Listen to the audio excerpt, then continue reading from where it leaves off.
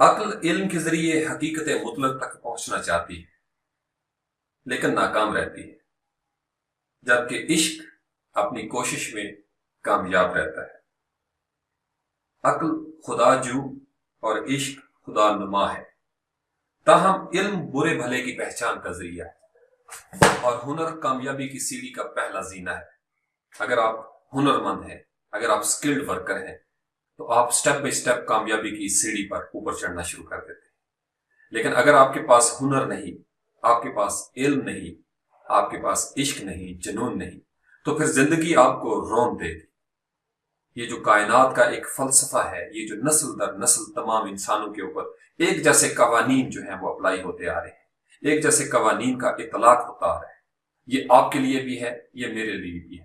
قرآن کریم کی یہ بڑی خوبصورت آیت ہے۔ آیا مبارکہ یہ ہے کہ ان اللہ لا یغیر ما بقوم حتی یغیروا ما بانفسہم، کہ بے شک اللہ تعالیٰ کسی قوم کی حالت کے اندر اس وقت تک تغیر پیدا نہیں کرتے، تبدیلی پیدا نہیں کرتے، جب تک وہ قوم خود اپنے نفوس کے اندر، اپنے اندر تبدیلی پیدا نہیں کرتی۔